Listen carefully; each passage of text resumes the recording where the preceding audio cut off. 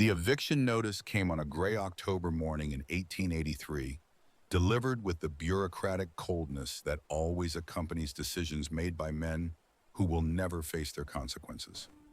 William Brennan stood in the doorway of the small company house he had occupied for 7 years, reading words that would force him into the Colorado mountains. Alone, with winter approaching fast. He was 40 years old, a widower since July when his wife Martha had succumbed to illness after the mine company delayed her medical treatment twice because supplies were supposedly late. The letter in his hands explained that as a single male employee, he no longer qualified for family housing.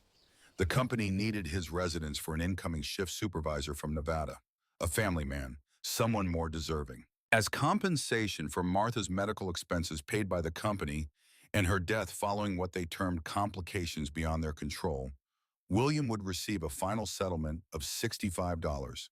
He had 2 weeks to vacate the property. The date was October 17th. Winter storms typically began by early November. William read the letter a fourth time. Not because he failed to understand it, but because his military training, 12 years with the Army Corps of Engineers, had taught him to assess situations completely before reacting. The math was brutal and unforgiving.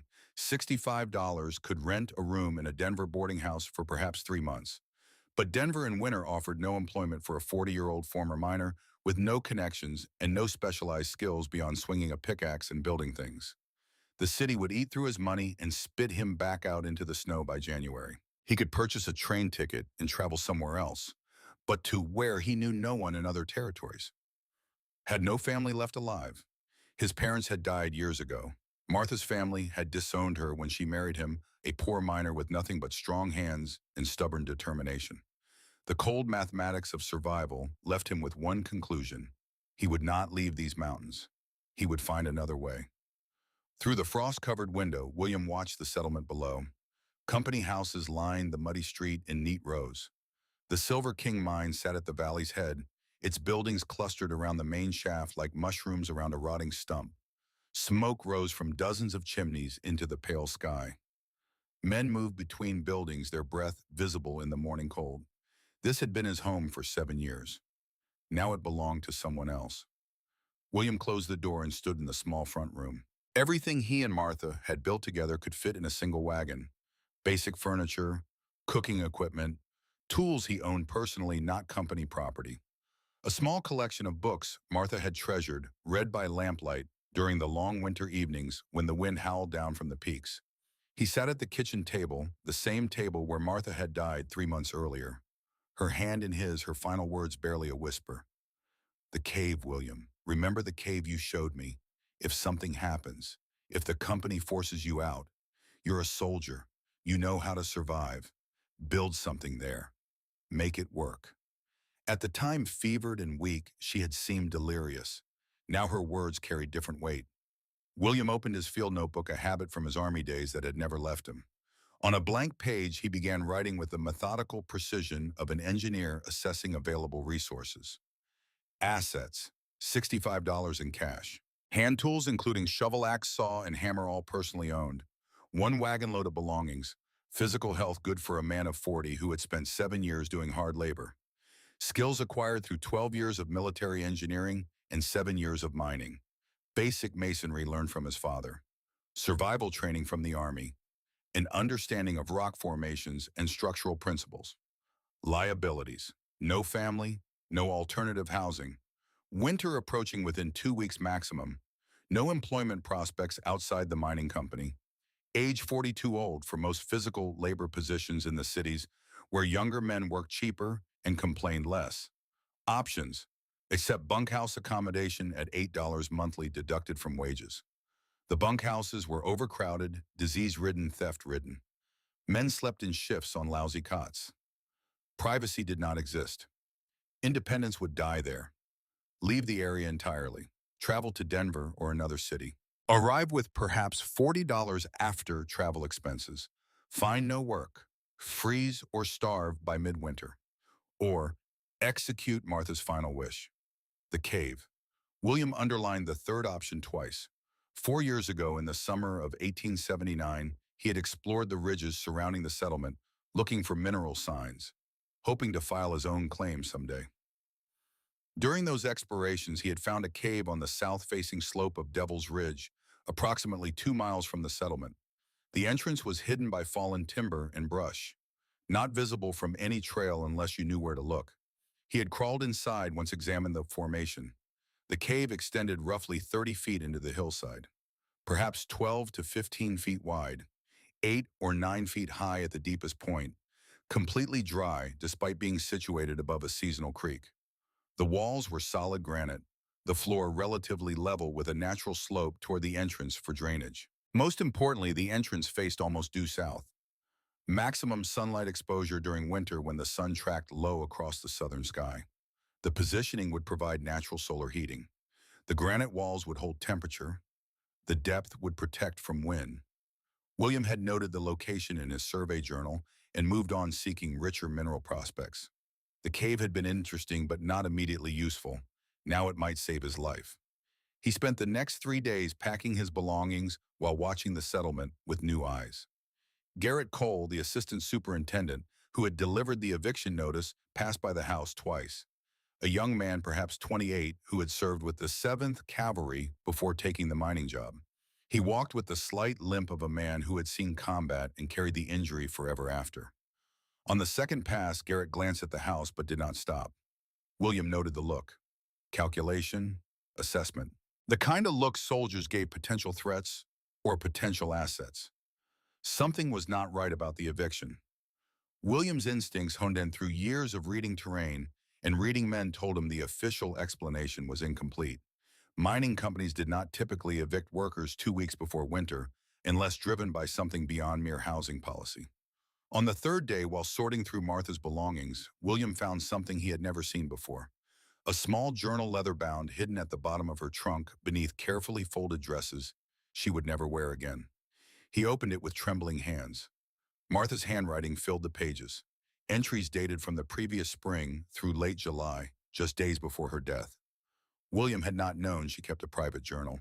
She had always been a woman of secrets, small mysteries that made her more interesting, more complex than the other miners' wives who gossiped and complained and counted the days until they could leave these mountains. The final entry was dated July 25th, 3 days before she died. William, the entry began, "If you are reading this, I am gone. I am sorry. I wanted to tell you while I lived, but the sickness moved faster than I expected. You need to know why Drummond really wants us gone. It is not about housing policy. It is about the map. Last week when I was doing laundry for the company office trying to earn extra money for my medical bills, I saw survey maps on Drummond's desk. He was in the back room shouting at someone about mineral rights.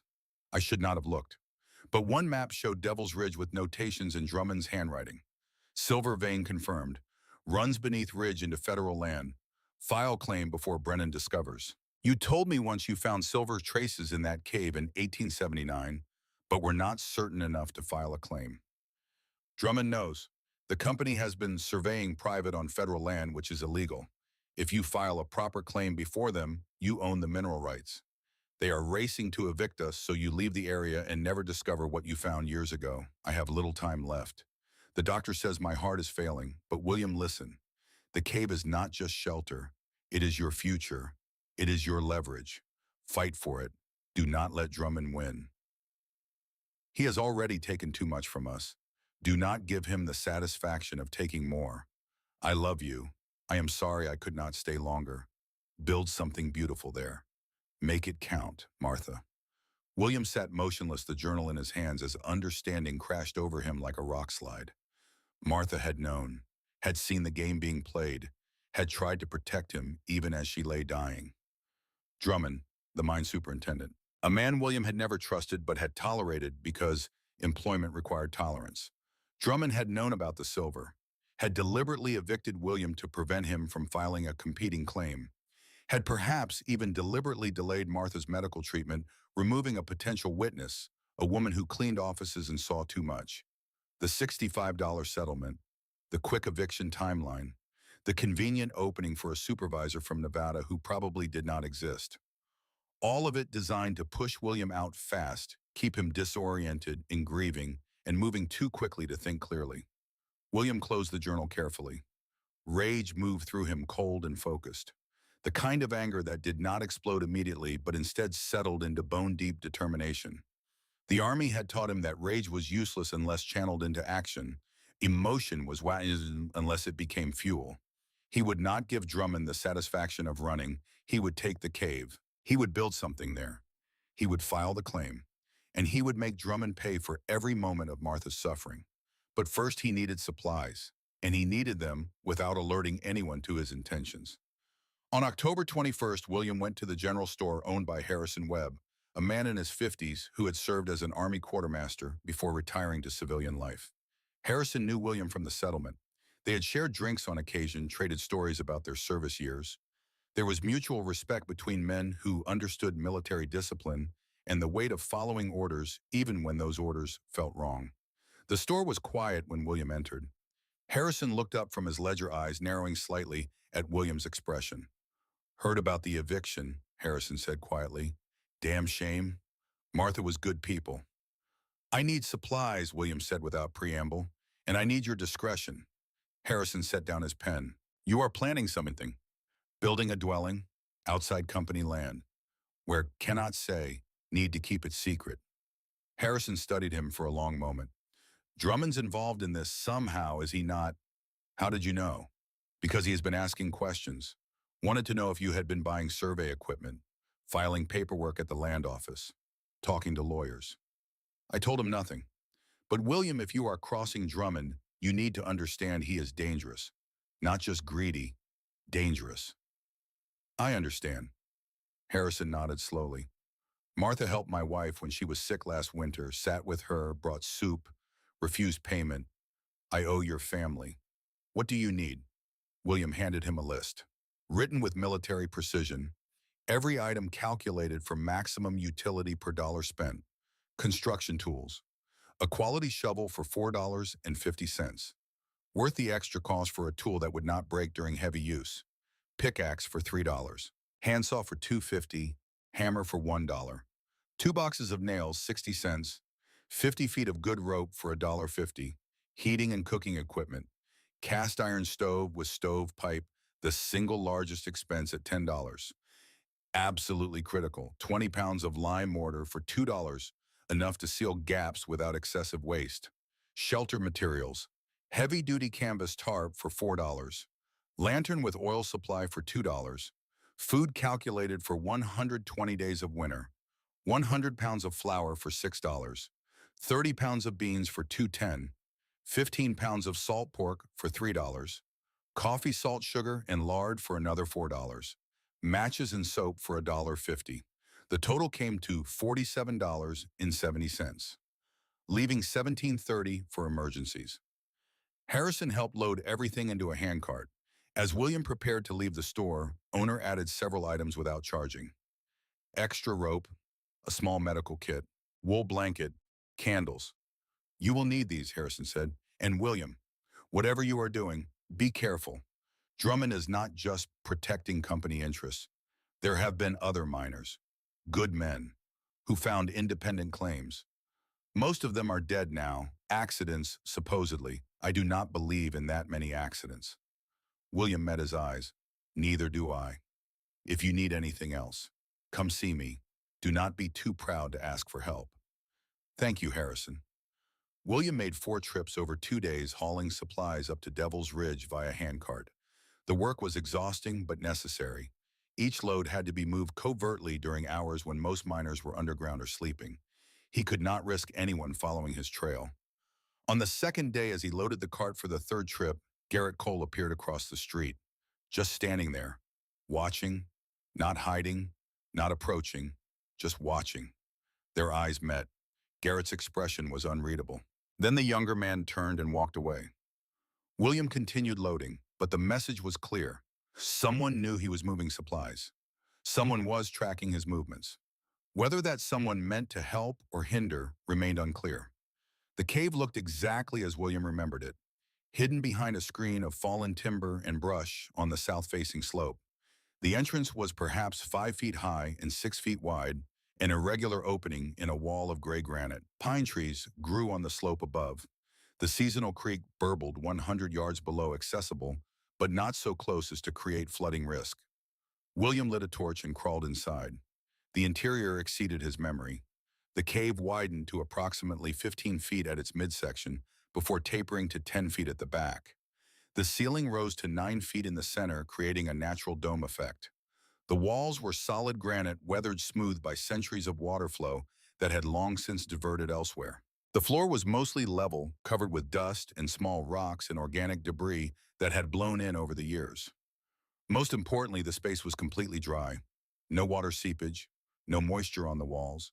The granite had excellent drainage characteristics. William examined the entrance carefully. South-facing as remembered, the positioning meant direct sunlight for most of the day during winter. The overhang above would protect from direct precipitation. The slope ensured water would drain away naturally. At the back of the cave, William noticed something he had missed during his first exploration 4 years earlier. A narrow crack in the ceiling, perhaps 4 inches wide, extending upward into darkness. He held his torch near the crack and felt a slight movement of air. Natural ventilation, a chimney effect. Smoke from a fire would rise through that crack and disperse, preventing the cave from filling with dangerous fumes. Everything about this location suggested it could work. The granite walls would provide thermal mass, absorbing heat during the day and releasing it slowly at night. The depth would protect from wind. The south-facing entrance would capture solar heat. The natural ventilation would allow safe fire use.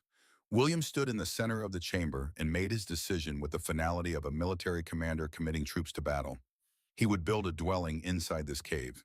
He would survive winter here, and in spring he would file his claim and face whatever consequences followed. The work began immediately. Day 1. Clear the interior. William spent 8 hours removing debris, rocks, sticks, accumulated dirt, and animal droppings. He swept and shoveled until his back ached and his hands were black with ancient dust. The cave floor, once cleared, revealed the natural slope he had noted before, slightly downhill from back to front. Perfect for drainage, but problematic for construction. Day 2. Foundation work. William began gathering granite stones from the surrounding hillside. Medium-sized pieces, 20 to 40 pounds each. Heavy enough to stay in place, but light enough to position with precision. He hauled them into the cave and began building low walls along both sides of the interior, creating level platforms. The center remained lower, maintaining the natural drainage channel. Day 3. Continue foundation. The work was methodical, repetitive, exhausting. Bend, lift, carry, position, test, adjust, repeat. His hands developed new calluses over the old ones from mining. His shoulders burned.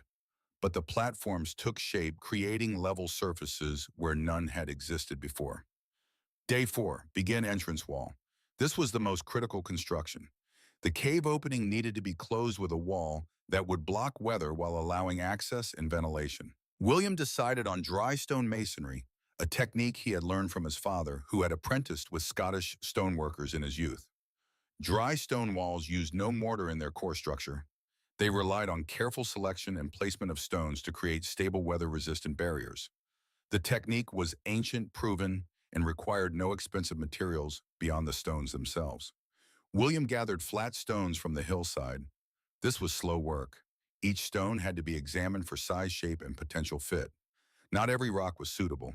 He hauled promising pieces to the cave and organized them by approximate size. The foundation course of the entrance wall took 2 full days. Each stone in the bottom layer had to be perfectly placed. Everything above would depend on its stability. William selected the largest, flattest pieces stones, weighing 30 to 40 pounds each.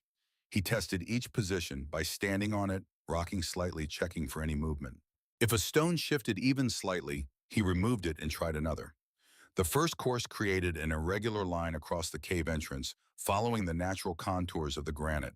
The stones were not uniform, which was actually beneficial. Variation allowed better interlocking than uniform blocks would permit. As William worked, he periodically checked the surroundings, listening for sounds of approach, watching for signs of pursuit. Drummond's men would be looking for him soon. The eviction deadline of November 1st was approaching. Company thugs would search the settlement first, then expand outward. He needed the wall finished before they found him. On the evening of October 23rd, as William prepared dinner beside his newly installed stove, he heard sounds in the distance. Horses, voices, perhaps 200 yards away on a trail that paralleled the ridge. William immediately doused his fire, covered the entrance with his canvas tarp and additional brush. Hid in the darkness of the cave interior, knife in hand, the voices grew closer. 3 men, maybe 4. "Boss wants this ridge searched," one voice said. Rough, authoritative. William recognized it. Pike Drummond's enforcer, a brutal man who handled the superintendent's dirty work. "Says there is silver here." "Lot of ground to cover," another voice replied. "Where exactly? Survey shows vein runs beneath south face. Look for caves, overhangs, anything natural." A third voice spoke. "What about Brennan? He used to prospect this area." "Brennan's being evicted. He will be gone in a week.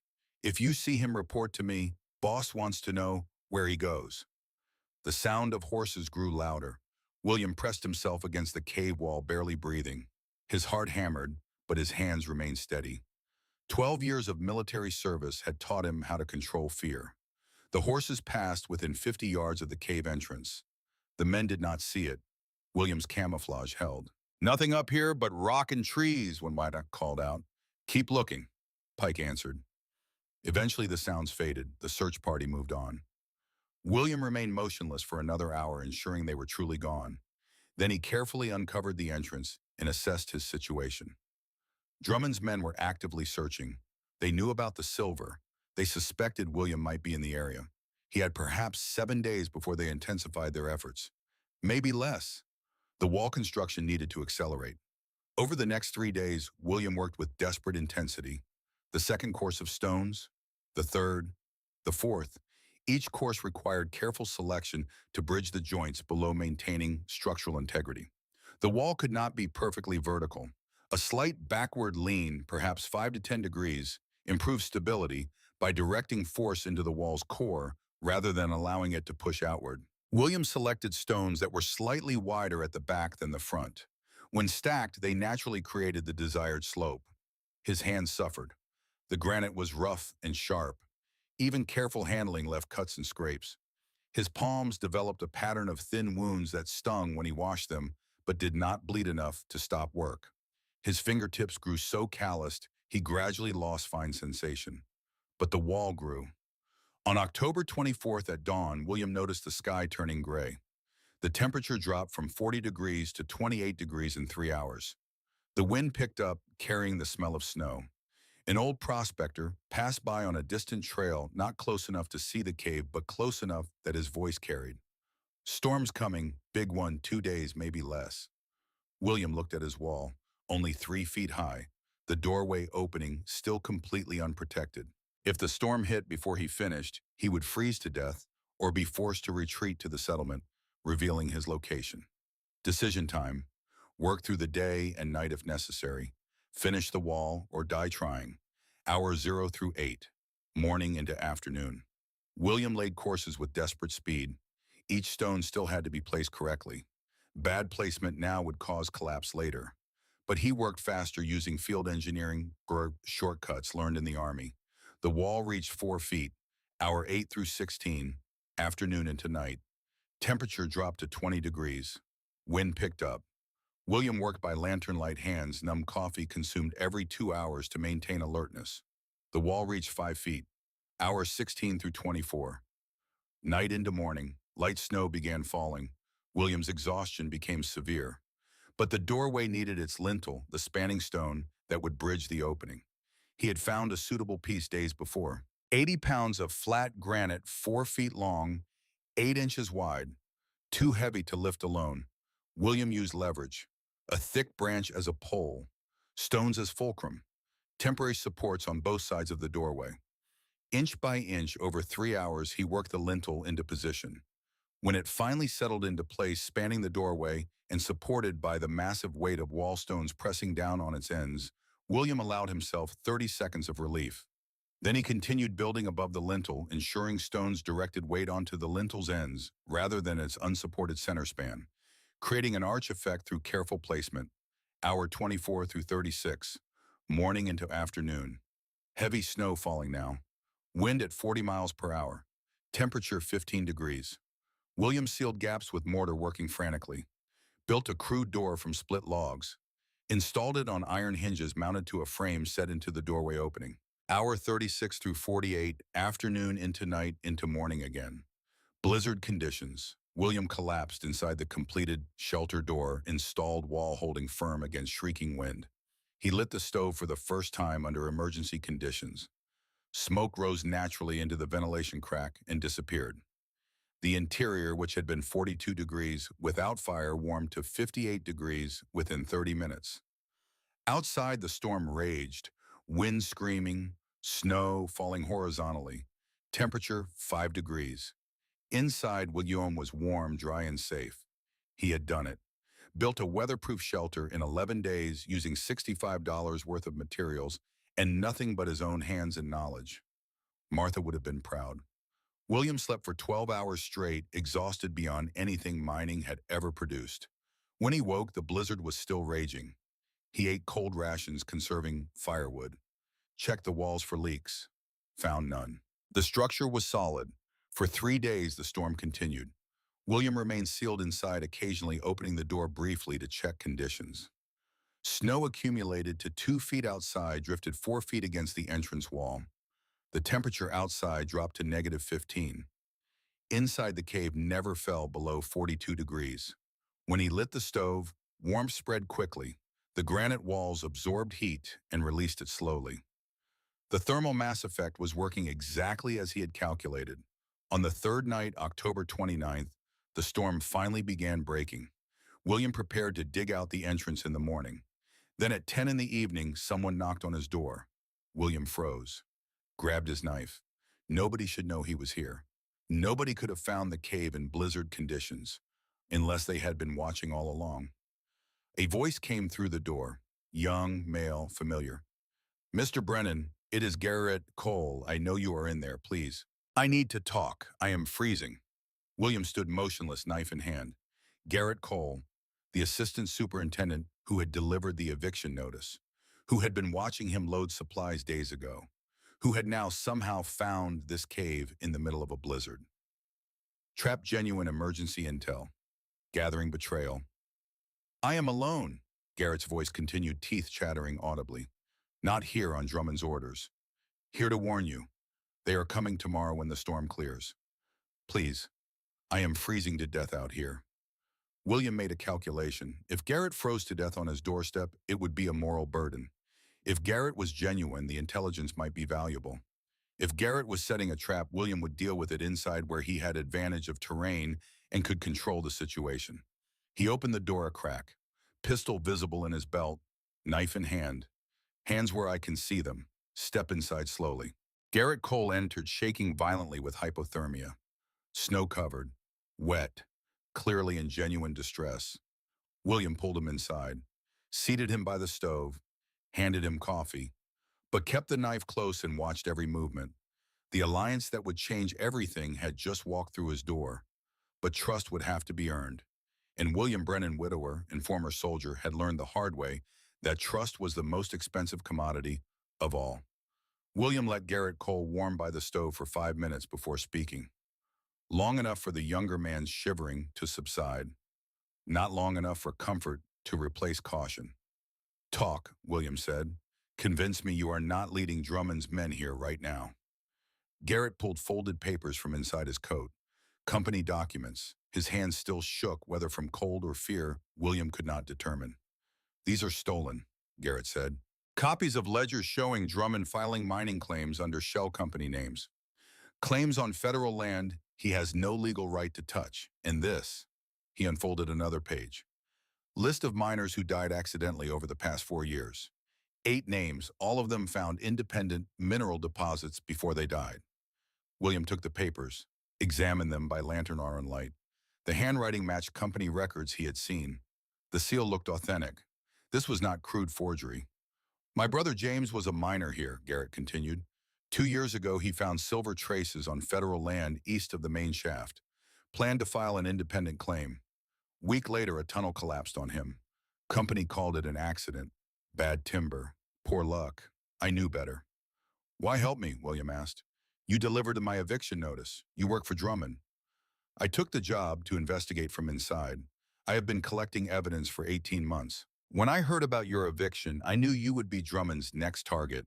Former Army engineer, smart, stubborn. You would not just disappear quietly. You would be a problem he needed to eliminate. William studied the younger man's face, saw genuine anger there, genuine grief, the kind that did not fake easily. Your wife, Martha, Garrett said quietly, her medical treatment was delayed twice. Drummond controls medical supply distribution. He could have helped her, chose not to. I think he wanted her gone because she saw too much. She cleaned the offices, had access, probably saw documents she was not supposed to see. The words hit William like a physical blow. He had suspected, feared, but hearing confirmation made it real in a way speculation never could. You are saying Drummond murdered my wife. I am saying he let her die when he could have saved her, which amounts to the same thing. William was silent for a long moment. Then he made a decision that would define everything that followed. You can stay tonight. Tomorrow we discuss terms, but I sleep with my knife, and if you move wrong, you die. Understood. Understood. The alliance was formed, fragile, built on shared loss and mutual need, but formed nonetheless. Morning came cold and clear. The blizzard had passed. 3 feet of snow covered everything. The cave entrance was partially buried, but William dug it out easily enough. The wall had held perfectly through the storm. Not a single stone had shifted. Garrett helped without being asked. Former military men recognized work that needed doing and did it. No discussion required. Over breakfast, cold cornmeal and coffee, they talked strategy. Drummond will send search parties today, Garrett said. 20 men sweeping the ridges. They know you are somewhere in this area. The Cole family rescue gave them a search radius. William had not told Garrett about any rescue. His expression must have shown surprise. I make it my business to know things, Garrett explained. Benjamin Cole's family nearly froze last month. Someone delivered firewood in the middle of the night. Quality wood, cut to precise 18-inch lengths. Only one person around here cuts that exact, you. The Coles needed help, and helping them exposed your location. Drummond knows you are within 2 miles of the settlement, on the south-facing slopes. Near enough to reach Cole's cabin in a few hours, but remote enough to stay hidden. This ridge is the obvious choice. William absorbed this. How long before they find the cave? With 20 men and good weather, 3 days. Maybe 4 if we are lucky. Then we finish the interior in 2 days. Make this place defensible. If they find us, we fight from prepared positions. Garrett nodded. I was hoping you would say that. They worked with the efficiency of military men executing a shared objective. Division of labor came naturally. William handled structural design and detail work. Garrett managed logistics and heavy lifting. No wasted motion, no unnecessary conversation. The entrance wall received final refinements. William applied lime mortar to seal gaps between stones on both the exterior and interior faces. He used the mortar sparingly, working it into joints with a flat stick, smoothing surfaces with a wet cloth.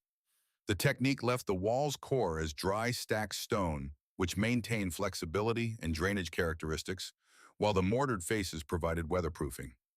Garrett built a permanent door while William worked mortar, split logs shaped into rough planks, Z-brace frame for stability.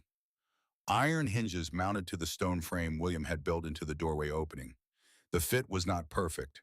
Small gaps remained, but cloth strips stuffed into those gaps provided adequate sealing. Not pretty, Garrett observed, testing the door's swing. Pretty does not matter. Functional matters. The stovepipe required careful work. William extended it through the natural ventilation crack at the cave's back, using clay dug from the creek bed to seal around it. When they lit a test fire, smoke rose cleanly through the crack and disappeared. Zero backdraft. The chimney effect worked exactly as calculated. Inside the cave, William built a low partition wall running lengthwise, dividing the space into 2 sections. The larger area, approximately 10 feet wide, would serve as living quarters. The smaller section, 5 feet wide, would store firewood and supplies. Why separate the firewood? Garrett asked. Temperature stability. Firewood cache inside the cave stays dry and at stable temperature year-round. Never freezes, never gets wet, every piece burns efficiently. Conventional storage outside means wood freezes, gets snow-covered, burns poorly. We will use 1/4 the fuel of a surface dwelling. Garrett looked at the organized space with new appreciation. You have thought of everything. Army engineering, plan for worst case, build redundancy, minimize failure points. They constructed sleeping platforms in opposite corners of the living area, raised 18 inches on flat stones, space beneath for storage, canvas bags filled with pine needles for mattresses. Not comfortable by civilian standards, but far superior to frozen ground. William carved storage niches into the dirt between granite sections, natural shelves for food supplies, flour tin, bean sacks, salt pork barrel hung from a hook to prevent rodents, coffee, salt, sugar in sealed containers, everything organized by access frequency and weight distribution. On the second day of interior work, while William chipped at loose rock near the back wall to create another storage niche, his pickaxe hit something that was not rock, something that moved. He pulled out a small metal box, rusted but intact, hidden in a crevice that looked natural but had clearly been deliberately concealed. What is that? Garrett asked. William forced the box open. Inside, he found a leather journal, old, dated 1870. The owner's name was inscribed on the first page in careful script, Joseph Mercer, Prospector. Also in the box, a gold wedding ring inscribed J.M. plus E.M. 1868, and a small leather pouch containing silver ore samples. William opened the journal and began reading aloud. The entries told a story that made his blood run cold. Joseph Mercer had found this cave in June 1870, had discovered the silver vein, had filed a provisional claim with the land office in Leadville. Then Drummond, newly appointed as mine superintendent, had begun asking questions. Too many questions. October 1870.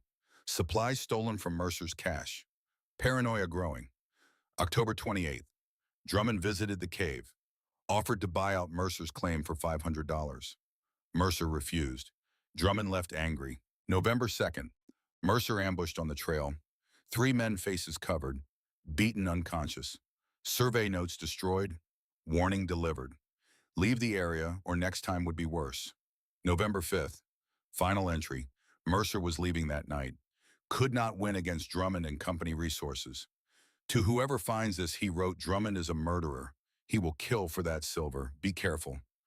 William closed the journal, looked at Garrett. 13 years, William said quietly. He has been doing this for 13 years.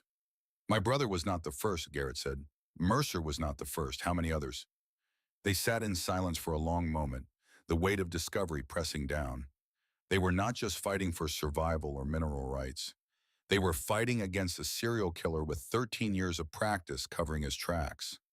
William placed the ring carefully back in its box. Joseph Mercer, if you are still alive somewhere, we will finish what you started. The firewood collection began with military precision. William calculated requirements based on cave performance during the blizzard. The thermal mass effect reduced heating needs dramatically. At current efficiency, 5 pounds of wood per day maintained comfortable temperature even in extreme cold. 120 days of winter, 5 pounds daily, 600 pounds total, approximately half a cord. But William never planned for minimum requirements. Triple it for safety margin. Add extra for sharing if neighbors faced emergency. Target goal, 3 cords minimum. Garrett knew forestry from his cavalry days. They worked as a team, mornings spent scouting and cutting dead standing timber. Only dead wood, already dry. No curing time required. They selected by species, pine for quick ignition and morning fires, spruce for steady daytime burn, oak rare but valuable for overnight coals. Every piece cut to exact 18-inch length, sized for the stove, easy to handle. Systematic cutting meant no waste. Afternoons they hauled wood via sled, brutal work through deep snow, but necessary. The cache grew daily. Quarter cord, half cord, 1 cord. Progress was measurable and satisfying. Evenings they split and stacked inside the cave's storage section, organized by species, stacked with air gaps for continued drying. Each piece positioned for easy access in darkness. After 10 days of dawn to dusk labor, they had accumulated 3.2 cords, more than target, enough to last winter with substantial surplus. William stood in the storage section surveying the organized rows of firewood. While people in the settlement burned through supplies trying to heat drafty houses, We will be warm with a quarter of their consumption.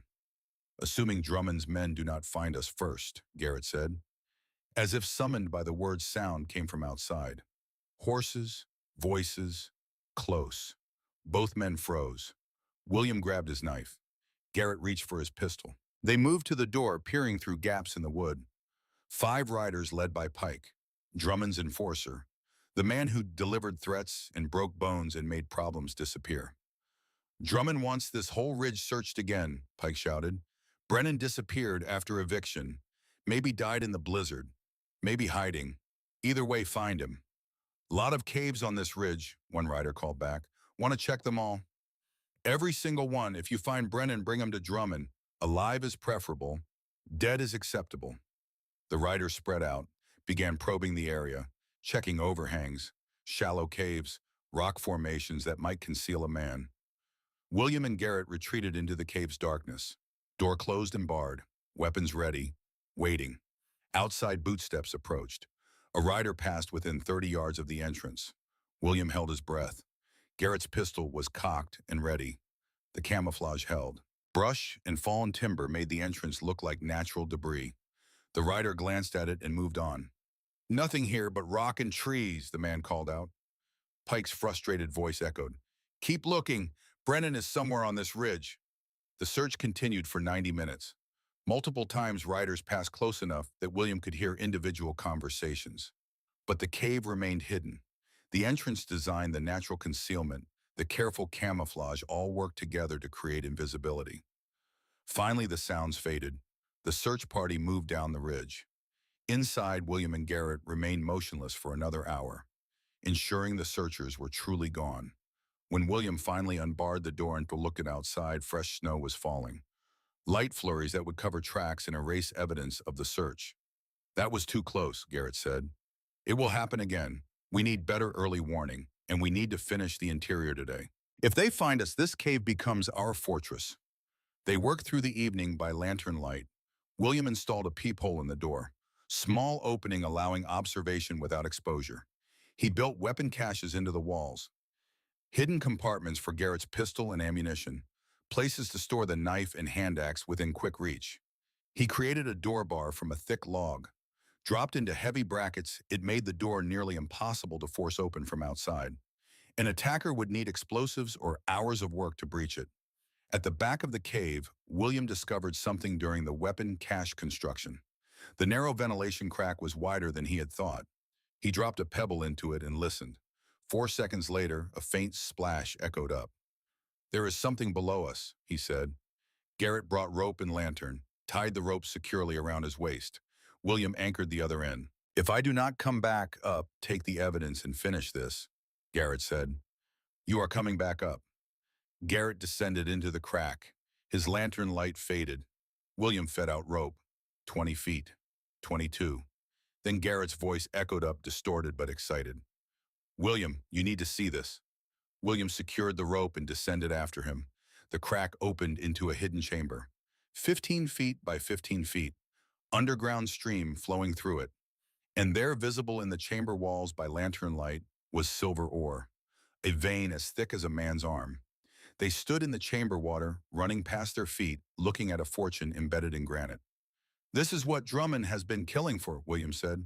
This is what Joseph Mercer found, what my Martha discovered, what your brother James died for. How much is it worth? $50,000 minimum, maybe double that with proper extraction. Garrett whistled softly. We are sitting on a fortune. Fortune does not matter if we are dead. We finish securing the cave. We survive winter. Then we file claims and deal with whatever comes after. They climbed back up to the main cave, but the knowledge changed everything. The stakes were no longer just survival. They were enormous. November 28th arrived with another massive storm. 2 feet of snow fell over 3 days. Temperature outside dropped to -15. Wind howled across the ridge like the voice of something ancient and angry. Inside the cave, William and Garrett celebrated Thanksgiving quietly. Extra salt pork in their beans. Garrett carved chess pieces from pine scraps, teaching William the game. They had warmth, food, safety, more than many people in the settlement could claim. Never thought I would spend Thanksgiving in a cave with another man eating beans, Garrett said. Better than freezing to death. Better than the bunkhouse. Could be worse. Your wife, Martha. What was she like? William was quiet for a long moment. Strong, smarter than me. She saw Drummond's plan before I did. If she had lived, maybe we would be fighting this battle together. Maybe things would be different. My brother James was the same way. Saw patterns, thought ahead, got him killed for it. They sat in silence. Two men who had lost people they loved to the same monster, united by grief and determination. We will make sure their deaths meant something, William said finally. Drummond pays, spring comes, we win. Garrett raised his tin cup of coffee. To spring and justice, and they drank. Outside the storm raged, inside plans formed. December 3rd arrived with new danger. At 2 in the morning, the early warning system triggered. Tin cups clanging on tripwires 50 yards out. Multiple people approaching. William and Garrett woke instantly. Military training, weapons drawn, fire doused immediately. Total silence inside the cave. Outside voices. Pike again. At least 4 men with him. Maybe more. I saw smoke yesterday from the ridge above, Pike said. Cave has got to be around here somewhere. Too dark to see anything, another man complained. Use torches, spread out, search every rock face. William and Garrett crouched in darkness. Door barred solid. But if the searchers found the entrance, the door would not hold forever against determined men with tools and anger. Through the peephole, William watched torches moving in the darkness, men spreading out, searching systematically, getting closer. A man stopped directly at the cave entrance. His torch illuminated the camouflage door. William's finger tightened on his knife. Garrett aimed his pistol at the door. If it opened, they would fight. Hey, this looks like, the man said. Is this a door? William's heart stopped. The man moved closer, brushed snow from the door's surface. Nah, just wood jammed in rocks. Old deadfall, probably. The camouflage held. In darkness and snow, the door looked like natural debris. The man moved on. The search continued. 90 minutes of pure terror. Men passed the entrance multiple times, but nobody recognized it for what it was. Finally, Pike's voice echoed in frustration. It is too cold. We have been searching for hours. Nothing here. Drummond is not going to be happy, someone said. Drummond is not out here freezing. We come back at first light. Search in daylight. If we come back tomorrow, we find it, Pike said with certainty. Daylight. Proper search. We will find Brennan or his frozen corpse. The men retreated down the mountain. Inside the cave, William and Garrett exchanged looks in the darkness. They are coming back, Garrett whispered. Daylight search. They will find us. Not if nature intervenes again. We cannot count on another storm. But at 4 in the morning, the weather changed. Wind picked up violently. Temperature plunged from -5 to -20 in 30 minutes. Snow began falling with blizzard intensity. William opened the door a crack, looked outside. Whiteout conditions, horizontal snow, wind strong enough to knock a man down. Distant shouts, Pike's men panicking, horses whinnying in fear. The sudden storm had caught them exposed on the mountain. Get to the horses, Pike screamed. Move or we die up here. Sounds of chaos, men scrambling, animals in distress. The storm had turned deadly in minutes. William watched through the peephole as Pike's search party fled down the mountain in desperate retreat. The blizzard made staying fatal, made searching impossible. The storm raged for 4 more days. When it finally cleared, 3 feet of fresh snow covered everything. All tracks erased, all evidence of approach buried. The cave entrance invisible beneath a massive drift. William and Garrett dug themselves out on the 5th morning, stepped into a transformed landscape. Everything white, silent, pristine. Nature just saved us again, Garrett said. Luck is when preparation meets opportunity. We prepared. Storm provided opportunity. But William knew their luck would not hold forever. Drummond was systematic, patient, determined. Eventually he would find the cave or force William and Garrett out through sheer persistence. The question was whether they could survive long enough to turn defense into offense, to gather enough evidence, to contact the right authorities, to transform from hunted into hunters. December rolled into January. the coldest period on record. Sustained -15 daytime, -25 at night. On January 8th, temperature dropped to -32. The coldest night in Colorado history. Inside the cave, temperature never fell below 42 degrees. Williams' calculations proved accurate. The granite thermal mass, the sealed entrance, the efficient stove, all worked together to create stability that conventional housing could not match. William kept detailed records in his journal: firewood consumption, temperature readings, weather observations. The data told a clear story. His shelter design was not just adequate, it was superior to anything the mining company provided their workers. While families in the settlement burned through cord after cord of frozen wet wood, fighting to maintain barely tolerable temperatures, William and Garrett stayed comfortable using a fraction of the fuel. The evidence continued accumulating. Martha's journal, Joseph Mercer's journal, Garrett's stolen company ledgers, survey maps, list of dead miners, witness testimony being written in careful detail. By late January, they had compiled a case that would condemn Drummond in any honest court. Murder, fraud, embezzlement, conspiracy. The evidence was overwhelming.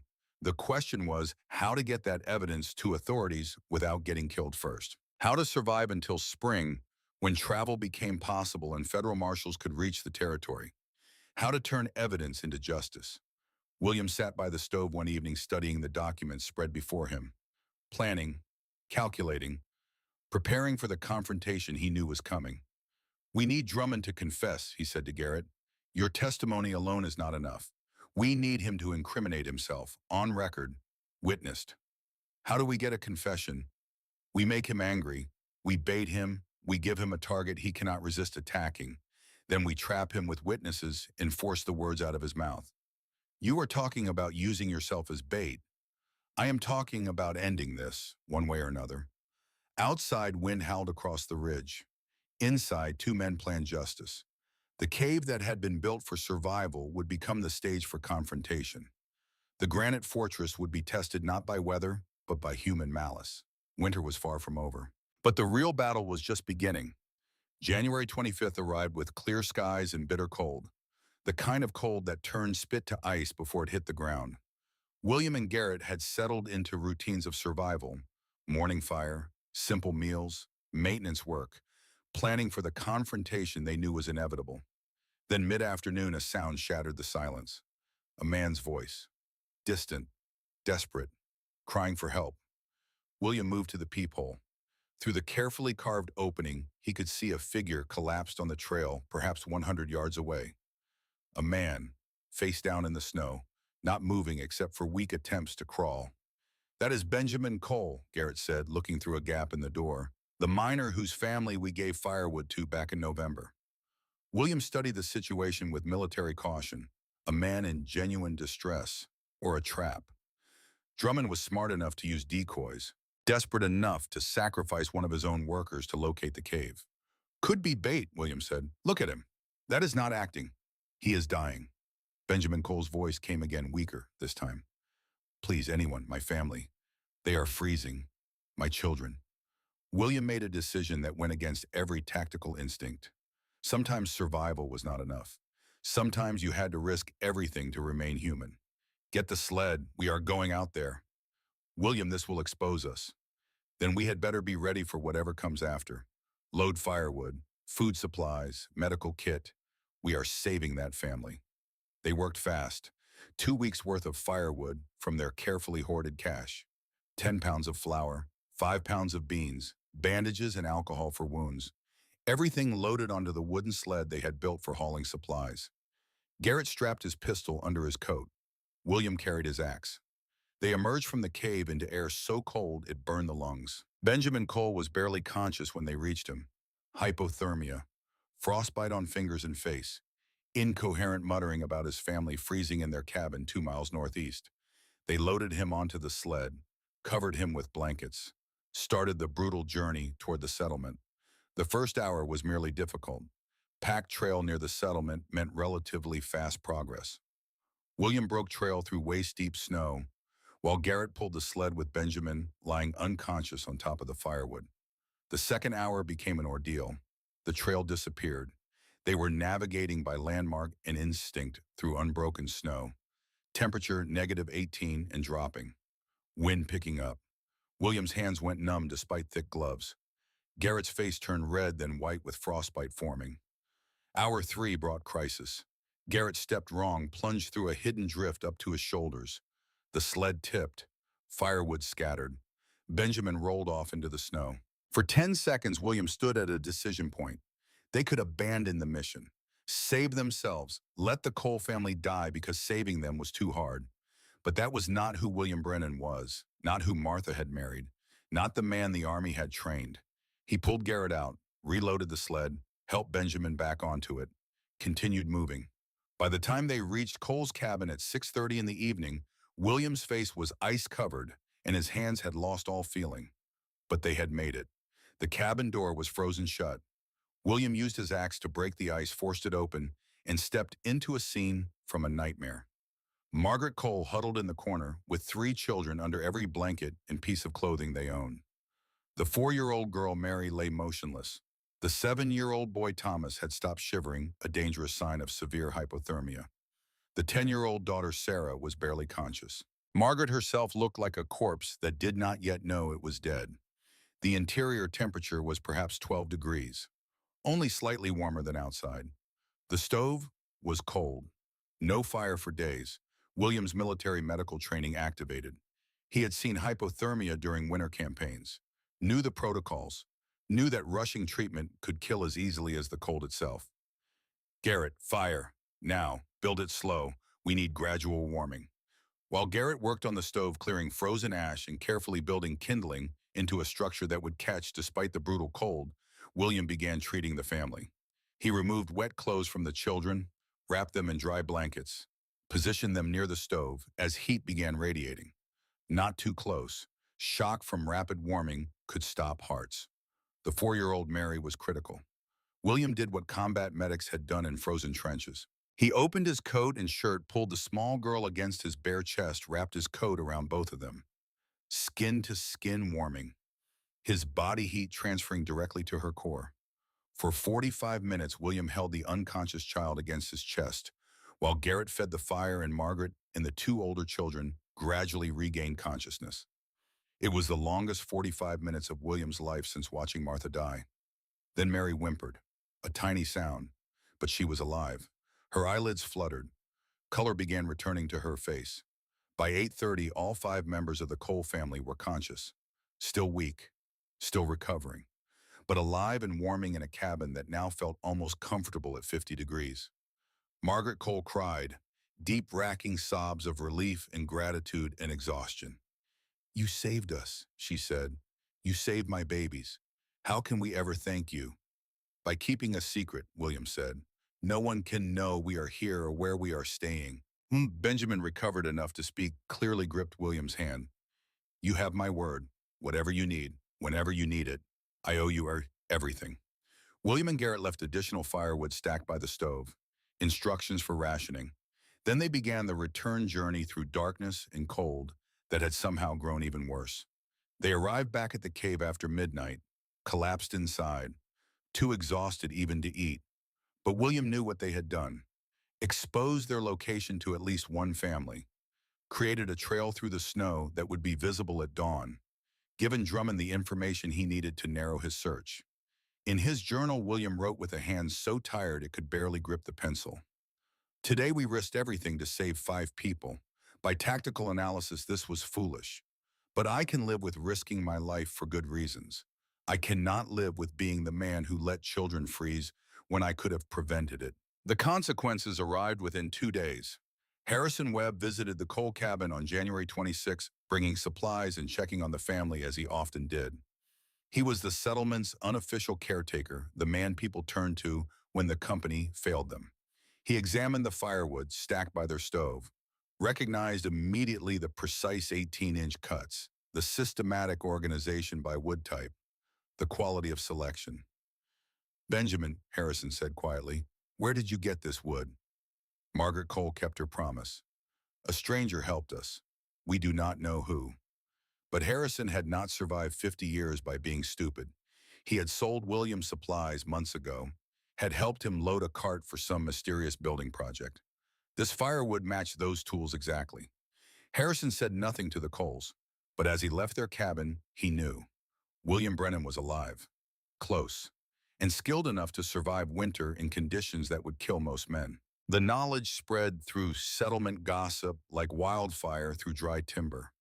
Mysterious rescuer, perfect firewood, possible connection to the supposedly dead Brennan. People talked. Speculation grew. And in a mining town where everyone knew everyone's business, secrets lasted about as long as morning frost in summer. The news reached Drummond by January 27th. Pike delivered the report personally. Cole family got rescued 3 days ago. They will not say by who, but the firewood quality suggests professional work. Brennan might be alive. Drummond's face went purple with rage. I want that ridge searched. Every cave, every overhang, every rock that could hide a man. 20 men. Departure February 1st. If Brennan is alive, I want him brought to me. Storm season is still active, Pike said. Snow is 6 feet deep in places.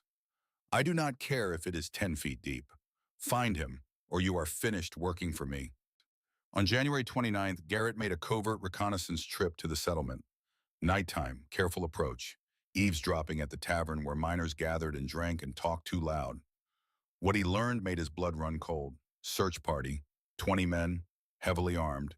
Departure February 1st, only 3 days away. Orders to find Brennan by any means necessary. Reward of $200 for whoever located him, more money than most miners made in 6 months. But Garrett also learned something else. Harrison Webb wanted to meet, had information, was waiting at his store's back entrance. Garrett found him there an hour later. I know William is alive, Harrison said without preamble. I know you are helping him. Do not bother denying it. Garrett stayed silent, calculating whether to run or fight. I contacted the U.S. Marshal's office in Denver 3 weeks ago, Harrison continued, told them about Drummond, about the dead miners, about the illegal claims. Marshal Thomas Grant is investigating, but he cannot get here until February 20th because of snow blocking the passes. Drummond is sending 20 men in 3 days. We cannot hide from 20 men. Then do not hide. Set a trap. Lure Drummond personally. Force him to confess where witnesses can hear. Give the marshal evidence he cannot ignore. Garrett returned to the cave before dawn, told William everything. They spent January 30th and 31st preparing for battle. William's plan was audacious to the point of insanity. Do not wait for Drummond's men to find the cave. Appear openly in the settlement on February 1st, the same morning the search party was scheduled to depart. Let Drummond see him alive. Make the superintendent so angry he abandoned caution. Then lead Drummond and a small group to the cave where terrain and preparation provided advantage. You are using yourself as bait, Garrett said flatly. Better than waiting to be hunted. We control the timing, the location, the witnesses. Harrison will position himself with a rifle as backup. The marshal received a telegram yesterday told to arrive early if possible. If we are lucky, he shows up in time to hear Drummond confess. And if we are not lucky, then we fight. And one way or another, this ends. They spent 2 days fortifying the cave. Garrett hid in the back chamber with his pistol and clear line of sight to the entrance. William set up the evidence display. Martha's journal, Joseph Mercer's journal, company ledgers, survey maps, all laid out obviously impossible to miss, designed to enrage Drummond into talking. Harrison Webb positioned himself 100 yards away with his hunting rifle. 3 rounds, enough to make a difference if things went badly. The telegram to Marshal Grant was simple. Come now. Suspect will confess February 1st. Devil's Ridge. Be ready. Whether the marshal would arrive in time was uncertain. Whether he would believe them was questionable. But it was the best plan available with the resources they had. On February 1st at 8 in the morning, William Brennan walked into the settlement. Men loading horses for the search party saw him first. Shock rippled through the crowd like wind through wheat. The dead man walking. The ghost who refused to stay buried. Brennan, someone shouted, you are alive? Tell Drummond I want to talk, William said calmly, about the cave, about the silver, about the men he murdered. 15 minutes later, Drummond arrived. His face was a study in rage barely controlled. Veins stood out on his forehead. His hands shook with fury. You, Drummond hissed, you are supposed to be dead. Disappointed. Pike, arrest this man, trespassing. We are on Main Street, William said. Public property, but I have something you want. Martha's journal, Joseph Mercer's journal. Survey maps proving you have been filing illegal claims for 13 years. Meet me at Devil's Ridge, South Face. The cave. Come alone or with Pike only. We will discuss terms. Drummond's eyes narrowed. Calculation replacing rage. Terms you have no leverage. I have evidence that sends you to prison for murder. 8 counts, maybe more, unless we make a deal. William could see the thoughts racing behind Drummond's eyes. The superintendent could not let him reach authorities, could not let the evidence become public, had to eliminate William and seize the documents. This was an opportunity Drummond could not resist. Fine, Drummond said. 1 hour, I will meet you. William turned and walked out of the settlement, left an obvious trail through the snow, made himself easy to follow, drew Drummond exactly where he wanted him. By 10 in the morning, William stood outside the cave entrance. Door open, evidence visible inside, bait perfectly set. Drummond arrived with Pike and 2 other armed men, not alone as requested, but William had expected that. I said alone, William called out. You are in no position to make demands, Brennan. Drummond approached the cave entrance, saw the journals laid out, the maps, the documents. His face went through a cascade of emotions. Surprise, anger, then arrogance. He laughed, actually laughed. You think this proves anything? Journals from dead people, maps I can claim were stolen. This is nothing. It proves pattern, William said. 8 miners dead, all found silver on federal land. All died conveniently after you learned about their discoveries. Joseph Mercer in 1870. Your brother James 2 years ago, Garrett. My wife Martha last summer. Your wife was collateral damage, Drummond said, still smiling. The arrogance of a man who thought he had already won. She saw too much, asked too many questions when she cleaned my office. So I delayed her medical treatment. Delayed it until she was too far gone to save. Oops. Tragic, but necessary. William felt rage like molten iron in his chest, but he kept his voice steady. You murdered my wife deliberately. I eliminated a problem, just like I eliminated 8 miners who got greedy, just like I eliminated Joseph Mercer when he would not sell his claim.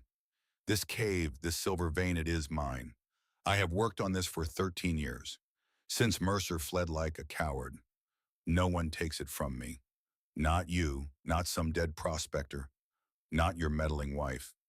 Pike, William said quietly, you are hearing this. He is confessing to multiple murders. Pike looked uncomfortable. Boss, maybe we should not. Shut up, Drummond snapped. Brennan needs to understand reality. I am not some petty thief. I am building an empire. This vein is worth $100,000, maybe more. Every man who tried to take it died. Brennan is just another name on a long list. Thank you for clarifying, William said. What? Garrett emerged from the cave, pistol aimed at Drummond's chest. We heard everything. Harrison Webb stepped from behind rocks, rifle pointed at Pike. Every word. Then hoofbeats. Marshal Thomas Grant rode up with 3 deputies, all wearing federal badges. The marshal's face was grim. Silas Drummond, the marshal said formally, you are under arrest for 8 counts of murder on federal land. 9 if we count Martha Brennan as deliberate homicide rather than negligent manslaughter. Drummond's face went from arrogant to shocked to terrified in 3 seconds. Marshal, how did you? I did not. This is entrapment. This is a confession, freely given, heard by myself and 3 sworn deputies. You are done, Drummond. Pike, seeing his boss's defeat, made a desperate choice. Drummond did nothing wrong. He was protecting company property. The enforcer raised his rifle toward the marshal. Stupid, loyal, suicidal. William reacted on pure instinct. His axe left his hand spinning through cold air. The flat of the blade hit Pike's rifle, knocking it aside before the shot fired. Garrett's pistol barked once.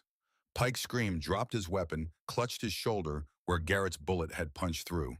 The 2 other men with Drummond raised their hands immediately. Smart enough to recognize a fight they could not win. But Drummond had one final card to play. His hand moved inside his coat, pulled a small Derringer pistol.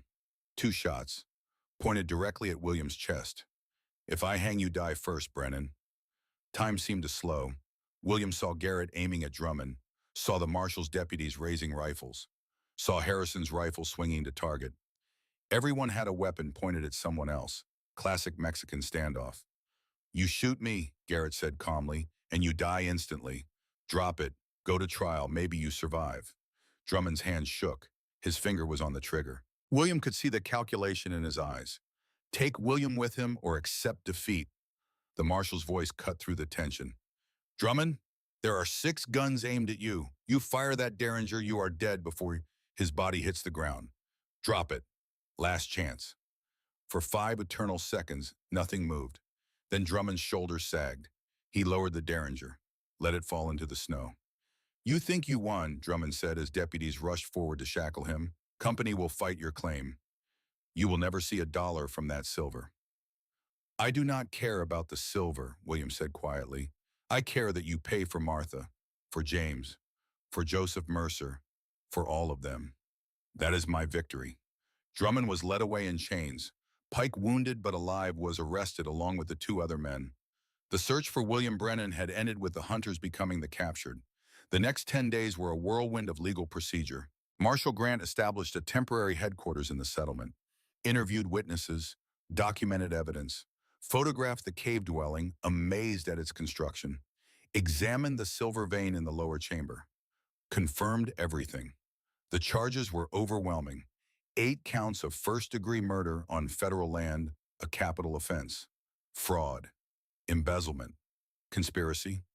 The evidence William and Garrett had collected, combined with Drummond's witness confession, made conviction inevitable. The trial happened in Denver in March. Federal court. Drummond's lawyers tried everything. Claimed entrapment, challenged witness credibility, argued the journals were fabrications. But the marshal's testimony, backed by Harrison Webb and Garrett Cole and William himself, was unshakable. The jury deliberated for 2 hours, guilty on all counts. The judge sentenced Drummond to death by hanging, execution scheduled for May 15th. On that spring morning, Silas Drummond climbed the gallows steps in Denver. William was not present. He had no desire to watch a man die, even a man who deserved it. But when word reached him 3 days later, he felt something settle in his chest. Not satisfaction, not joy, just closure, justice. The weight of Martha's death finally balanced. The mining claim process was more complicated. William filed officially on February 10th. Cave property plus 40 acres surrounding. Federal Land Office approved within a month. Unclaimed federal land. Proof of improvement with the dwelling. Proof of discovery with ore samples from the lower chamber. Everything documented and legal. The mining company challenged. Claimed William had trespassed on their surveys. Claimed prior knowledge of the vein. But the court ruled against them. The company had no legal right to survey federal land. Their illegal surveys meant nothing. Williams' claim predated their fraudulent filings. He owned the property and minerals rights, absolutely. The silver vein was professionally assayed in April. Estimated value $85,000 with proper extraction. William made a business decision. He sold 60% of mining rights to a legitimate Colorado mining company for $25,000 upfront, plus 25% royalty on all extracted silver, kept 40% ownership, kept the cave property and all surface rights. It was more money than he had ever imagined possessing, more than 10 miners could earn in their entire lifetimes. But it had cost Martha's life, had cost James's life, had cost 8 other men their futures. The money felt less like wealth and more like compensation for unbearable loss. His first action was settling debts. He returned to Harrison Webb with $250, 5 times what the supplies had cost. "I cannot accept this," Harrison protested. "You can and you will. You risked your life helping me. Your discretion saved me. This is not charity. This is earned payment." Harrison eventually accepted, used the money to expand his store, creating employment for 2 young men from families that had lost fathers to mining accidents. William gave the Cole family 1 cord of carefully dried firewood and $500 in cash. "For your children's future," he said to Benjamin, "for giving me the chance to remain human when I could have hidden." Benjamin tried to refuse. William insisted. The money funded education for all 3 Cole children. Mary, the 4-year-old girl William had warmed against his chest, eventually became a teacher. She never forgot the man who saved her life. To Garrett, Cole William offered a full partnership. We built this together. 50-50 split on everything. The land, the mine, whatever comes next. I do not deserve half. Your brother James deserves justice. You got it for him. That earns everything. They formed the Brennan Coal Mining Company, named for the dead who had inspired their fight, Martha Brennan and James Cole. The partnership would last 30 years. In April, William built a proper cabin on the property adjacent to the cave, used everything he had learned: stone walls for thermal mass, south-facing windows for solar gain, earth-bermed firewood storage that kept fuel dry year-round, efficient layout, nothing wasted. The cave remained intact, preserved as root cellar and emergency retreat. William took occasional visitors to see it: engineers, architects, students, anyone interested in learning how intelligence and basic materials could create shelter superior to expensive conventional construction. In May of 1884, William organized a winter survival workshop at Harrison's store, taught dry stone masonry techniques, explained thermal mass principles, demonstrated proper firewood storage. 25 families attended, including Benjamin Cole, who became William's apprentice. Benjamin helped build 3 more earth-berm storage facilities for other families. The techniques spread. The following winter, 1884 to 1885, 0 families in the settlement ran out of firewood. The winter survival rate improved 40%. Fewer deaths from exposure. Fewer cases of cold-related illness. In 1886, William met Sarah Mitchell at a community dance.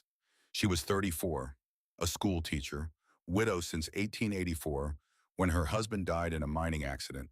She was intelligent, practical, and understood loss in a way only other widows and widowers could. Their courtship was slow, respectful. Both had been damaged by previous losses. Both were cautious about risking their hearts again. William showed her the cave on their 3rd meeting, explained how it worked: the thermal mass, the ventilation, the engineering principles. "You built this yourself?" Sarah asked, amazed. Martha inspired it. "I just executed her vision." "Then I am grateful to Martha. She saved your life, which means I get to share it." They married in 1887, small ceremony. Harrison officiated, using his authority as justice of the peace. Garrett stood as best man. Sarah moved into William's cabin and made it a home in ways a solitary man never could. They had 2 children, a daughter born in 1889 named Martha after William's first wife, a son born in 1891 named James after Garrett's brother. The children grew up hearing stories about the winter their father survived in a cave, about the fight for justice, about the importance of standing up against evil even when the cost was high. In 1892, Professor Harold Matthews from the Colorado School of Mines visited William's property, studied the cave dwelling, measured temperatures, documented construction techniques, wrote an academic paper titled "Passive Thermal Design in Extreme Climates: The Brennan Cave Study." The paper concluded that William had reduced heating fuel requirements by 75% compared to conventional housing. That granite thermal mass stabilized interior temperature within 5 degrees despite 60-degree exterior swings. That dry stone construction, combined with modern engineering principles, created shelter superior to anything built with expensive materials and traditional methods.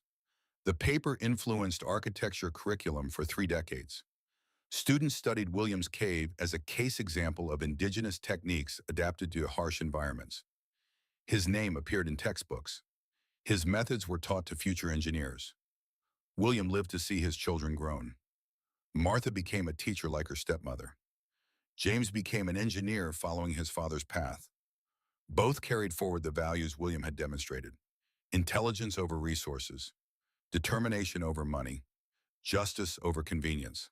In 1925, a young architecture student named David Preston hiked up to the cave for his thesis research. William, now 78 and moving slowly, gave him a tour, explained the principles, showed how everything worked. "Mr. Brennan," David said with genuine admiration, "you are a legend. My professor said you revolutionized mountain shelter design." "I did what I had to," William said. "Martha gave me the idea. Garrett helped execute. Harrison supported. The cave itself did most of the work. I was just the builder." But you proved intelligence matters more than wealth. That is revolutionary. No, I proved that when you have nothing left to lose, you find strength you did not know existed. And that sometimes the old ways work better than the new ways. Dry stone walls, thermal mass, working with nature instead of against it. These principles are ancient. I just remembered them when modern solutions failed. William Brennan died peacefully in 1928 at age 85 with Sarah beside him and his children keeping vigil. His obituary in the Denver Post called him a mining pioneer and architect, noted that his passive thermal shelter techniques had influenced mountain construction throughout the Rocky Mountain region, mentioned his role in exposing Silas Drummond's crimes and reforming mining company oversight. He was survived by his wife Sarah, daughter Martha's son James, and 6 grandchildren. His cave dwelling, the obituary noted, remains standing 45 years after construction, testament to both engineering skill and human determination. The cave finally succumbed in 1947 when a rock slide buried the entrance. The structure inside remained intact but inaccessible. But by then, William's legacy had spread far beyond one stone dwelling in the Colorado mountains. His techniques were still taught in architecture schools. His story was told to children as an example of perseverance. The principles he had proven, that intelligence and determination could overcome resource scarcity, continued inspiring people who faced impossible odds. In 1983, the Colorado Historical Society placed a plaque at the site marking the 100th anniversary of the cave's construction. William Brennan's Cave, 1883. Here, William Brennan, widower and former soldier, built a stone dwelling inside a natural cave and survived winter with minimal resources. His engineering ingenuity and moral courage led to the exposure of a serial killer and influenced shelter design throughout the Rocky Mountains. Proof that determination and knowledge can overcome any hardship. Decades later, his great-great-granddaughter, Emily Brennan, herself an architect, visited the site for a family documentary. She stood at the buried entrance, seeing remnants of stone wall through rubble. "My great-great-grandfather taught our family something," she said to the camera. "Survival is not about having the most resources. It is about understanding what you actually need and finding the simplest way to achieve it." William needed shelter and heat. He found a cave providing natural insulation, built a stone wall using free materials, stored firewood in protected space. Everything else was just details. She paused, looking at the mountains stretching endlessly in all directions. But more than engineering, he proved that doing the right thing matters more than pure survival. He could have hidden all winter. Instead, he saved the Cole family. He exposed Drummond. He risked everything for justice and for others. That is the real legacy, not the cave, the humanity. The camera panned across the Colorado landscape, snow-capped peaks, endless sky, the kind of beauty that attracted dreamers and tested survivors. The kind of place where a man with nothing but $65 and determination could build something that outlasted wealth. William Brennan's cave stood for 64 years, longer than most buildings from the same era. His techniques reduced firewood consumption for hundreds of families. His courage brought justice for 9 murder victims. But the most enduring legacy was simpler. He had proven that intelligence, determination, and integrity mattered more than wealth or privilege.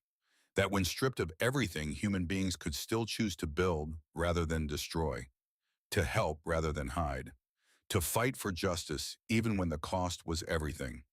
The granite fortress had been built from stone and knowledge, but it was defended with something stronger. The unshakable conviction that some things mattered more than survival, that humanity once compromised was harder to rebuild than any wall. William Brennan had understood that, had lived it, had passed it down through generations. And in the end, that was worth more than all the silver in the mountain.